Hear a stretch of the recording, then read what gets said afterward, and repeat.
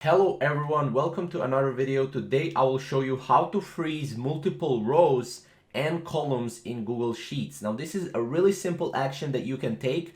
As you can see, we're currently in our Google Sheet folder, and ignore all this data. This is just for example. So let's say we want to freeze columns up to C, right? So all the columns will be locked from A to C, right? So A, B, and C. So what we can do is we can go to View, we can go to Freeze, and we can freeze up to column C, right? This will freeze all the columns until C, right? So as you can see, if we go here and if we scroll here, we froze the column C, right? And all columns up to C.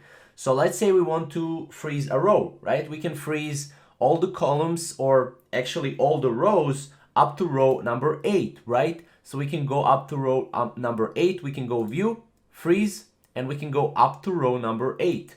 Now as you can see, we have this line, this gray line, and we can go and scroll. As you can see, everything is frozen up to row number 8. So this is how you can freeze multiple rows and multiple pretty much columns in Google Sheets. Now if you want to freeze just one column or one row, you can just click on one row or one column. For example, we clicked on a column, we can go to View, Freeze, and we can click up to column A. Now this will freeze just a column, and it will cancel all the other columns that we frozen before.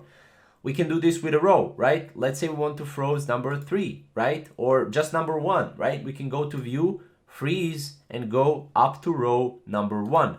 And this will freeze row number 1. So this is basically how to freeze columns and rows, and also multiple columns and multiple rows in Google Sheets.